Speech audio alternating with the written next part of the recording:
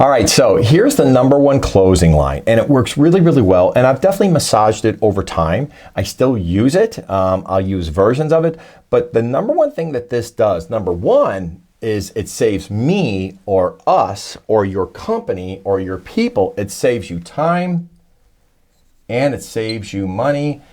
And it saves you effort, okay? It does all of these because it qualifies. So it doesn't do more, it does more than just help close.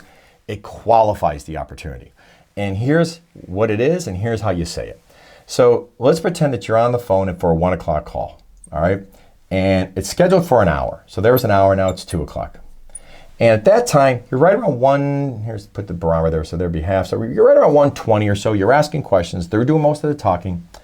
And then you say, hey, let me ask you, based on everything you're saying, before I even start to kind of tell you, I think what we can do for you, and this is really important what I just said, before I kind of go down the road of what I could do for you, because what I don't want to do is kind of spill my guts and tell them everything we do and have them go, great, well, it looks good, I'll get back to you.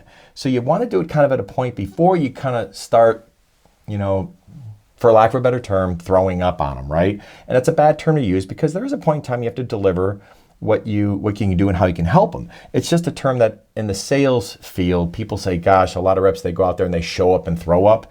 So I use that term because a lot of us kind of know what that means. And you don't want to, quote, throw up on the client and talk the whole time. So I know it's not a fun thing to talk about, but it's not a fun analogy, but it is what it is. So anyway, here's what you want to do. Let's pretend 1:20. You want to say, hey, based on the things that you kind of referenced to me, if my organization can do that, what happens next? And just stop. And I'm going to hit X there. Don't say another word. Silence is golden. And it's golden for you because you just stop talking and see what they say. Other ways you can say this, and I said I kind of softened up this version a little bit over time. I'll say, hey, listen, if we could do that, hey, how soon did you guys want to do this? Or how soon did your organization want to do this? Or, hey, what else might be standing in the way from you moving forward? Hey, if we could do this, who else has to bless this or approve it? Something like that. But what I'm really doing is in my brain, I'm kind of going, are you for real? Number one. And number two is, hey, before I start going to grab a bunch of resources and people in my company to maybe do another call or a demo or something, just trying to find out if we could do everything you want, where do we go from here? Some of the answers you might get is, I don't know. They might go, I don't know. And when that happens, you'll find out really fast, you're probably talking at the wrong level or somebody who was kind of made to go out and get all this information. And you might kind of get this very passive, unsure answer. And that's a good thing for you to know because now you got to go, okay, based on what I'm hearing, do I still want to continue to move forward and do this demo or not? And to be candid, most of the time I will, unless it truly is, I just know this is a complete waste of time and maybe my gut is telling me I'm just being used to get a better deal from somebody else. I mean, something drastic like that. But this is really one of the best closing lines you'll ever use. And that's the way you would say it. Like, hey, if we can do all this for you, what happens next? That's all you have to say. And one last little thing here.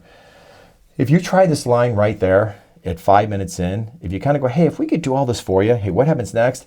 You haven't earned enough kind of credit. I kind of call it like money in the bank. Let's pretend this is a $50 technique. Okay, if you haven't let them really talk and you've kind of been the doctor mentality where the patient gets to talk about their problem, talk about their challenge, how long it's been going on, everything. If you don't do that and you do it too early, you then start to come across like a very insincere, pushy, I'm just on quota, I want to make money salesperson. And it comes across very disingenuous and without compassion, without empathy. And that's a bad thing to do. It's almost like I've used this for example of, it's I guess an okay analogy, dating. You imagine meeting somebody for a date for the first time, hi, how are you? And within 4 minutes, it's like, so if this works out really great between all of us, between us right now, what happens next? Like, okay, well, that was kind of weird. It's almost like you haven't earned the right to ask for the next date yet until you at least just spend some time and you talk. And maybe at the end of the date, you kind of go, okay, this went pretty well. Would you like to have a second date? Okay, well, it makes more sense here. It doesn't make sense right there. Well, nor does this technique early on with a client.